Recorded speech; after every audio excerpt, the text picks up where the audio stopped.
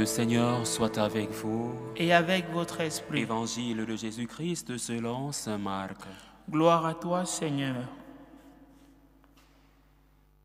En ce temps-là, Pierre se mit à dire à Jésus, « Voici que nous avons tout quitté pour te suivre. » Jésus déclara, « Amen, je vous le dis, nul n'aura quitté à cause de moi et de l'Évangile une maison, des frères, des sœurs, une mère, un père, des enfants ou une terre, sans qu'ils reçoivent en ce temps déjà le centuple. Maison, frères, sœurs, mère, enfants et terre, avec des persécutions. Et dans le monde à venir, la vie éternelle. Beaucoup de premiers seront derniers, et les derniers seront les premiers. Acclamons la parole de Dieu. Louange à toi, Seigneur Jésus.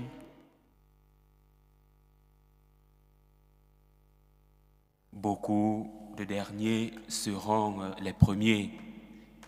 Et beaucoup de premiers seront les derniers. Ce sont les paroles de notre Seigneur en ce jour veille du temps de carême, du mercredi des cendres, entrée vers la dédication spirituelle, vers la marche vers Pâques. Et aujourd'hui, justement, dans les textes de l'Évangile, nous sommes instruits, ou dire encore de manière plus claire, notre Seigneur nous donne un avertissement. Il nous promet à nous missionnaires qui avons tout quitté, frères et sœurs, mari, époux, maison, terre, notre Seigneur nous promet qu'il y aura des persécutions. Première conséquence, il y aura des persécutions et nous le voyons, combien de martyrs l'Église a connus. Mais il y a une promesse, et c'est le plus important, la promesse de l'existence de la vie éternelle. Il y a la vie éternelle. De ces persécutions, soyez-en rassurés, vous aurez en héritage la vie éternelle, nous dit le Seigneur aujourd'hui, en ce mardi gras. Quoi de plus important pour nous aujourd'hui qui nous préparons à entrer vers ce temps de combat, un combat spirituel, un temps de jeûne, un temps de pénitence, un temps de prière. Alors aujourd'hui, comme je l'ai dit à l'entame de cette célébration eucharistique, nous sommes rendus à la veille du temps de carême, la veille du mercredi des cendres, où nous serons marqués des cendres comme signe de notre pénitence, de notre appartenance à cette lutte, la lutte spirituelle que nous voulons nous revêtir pour marcher à la suite du Christ. Et pour marcher à la suite du Christ, nous dit l'Évangile, il faut savoir qu'il y aura des persécutions. Mais sachez une chose, la promesse de la vie éternelle reste pour nous un gage, reste pour nous un avantage, reste pour nous un héritage à conquérir. Si nous voulons avoir la vie éternelle, il nous suffit de nous marquer du Christ, le Christ qui est pour nous la vie, qui est pour nous le chemin, qui est pour nous la parole de vie éternelle. Le Mardi Gras, en tant que veille du mercredi des cendres, est un moment festif qui nous prépare à entrer dans la profondeur du carême, dans la profondeur de la prière, dans la lutte spirituelle, dans le combat de Dieu, disons-nous. Cette période de réjouissance marquée par des festins et des déguisements, par ailleurs, nous rappelle l'importance de la joie dans notre cheminement spirituel, tout en nous invitant à réfléchir sur notre engagement envers Dieu. Et dans ce contexte, l'Évangile de Saint Marc nous donne des éléments de réponse. Les enseignements du Christ dans cet évangile prennent une signification particulière. Il nous rappelle que même si notre foi peut nous conduire à des épreuves et à des persécutions, nous ne devons jamais perdre de vue la promesse de la vie éternelle et des bénédictions présentes. Oui, il y a vie éternelle, Oui, il y a une vie après cette vie terrestre.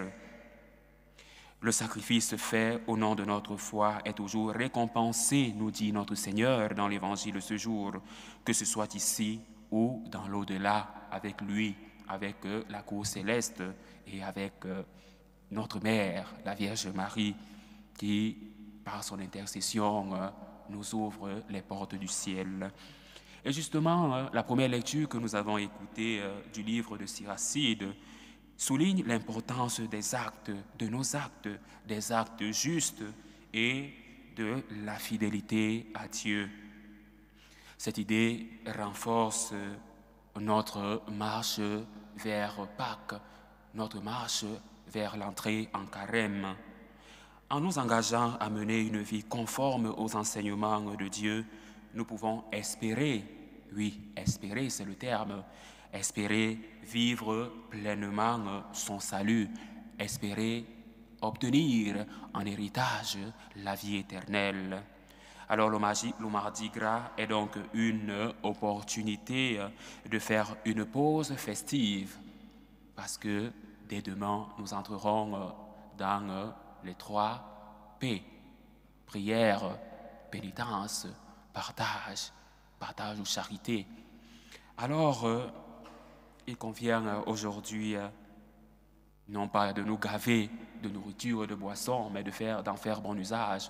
C'est un moment de faire beaucoup de charité, de se rappeler que parmi nous, près de nous, il y a des personnes qui souffrent, qui n'ont pas à manger, qui ont besoin de notre amour, qui ont besoin de notre charité. C'est un temps pour réfléchir à nos choix et à notre conduite, comme le souligne le psaume du jour, le psaume 49, qui nous invite à veiller sur notre vie pour recevoir les grâces divines, pour recevoir en héritage la vie éternelle.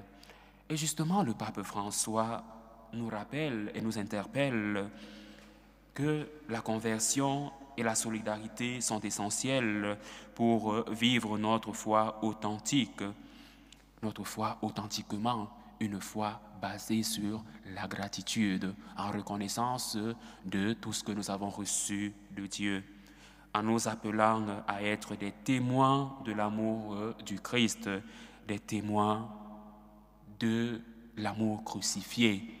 Oui, nous chrétiens, nous croyons et nous avons foi que notre Christ, le Christ, est mort sur la croix pour sauver l'humanité. Et ce temps dans lequel nous allons entrer nous prépare à cela, nous prépare à un mystère de notre foi, au mystère de la mort et de la résurrection du Christ.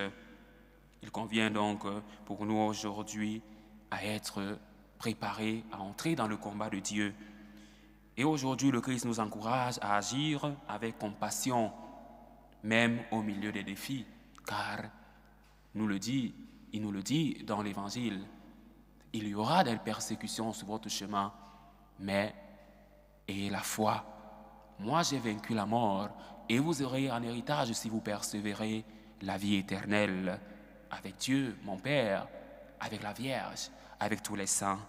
Alors, en entrant dans le carême, bien-aimé de Dieu, nous sommes invités aujourd'hui à nous renouveler, à nous réactualiser, à faire un aggiornamento, comme disent les Italiens, à entrer vers un chemin de conversion, à nous purifier et à nous rapprocher de Dieu, en portant un regard d'espérance sur notre cheminement.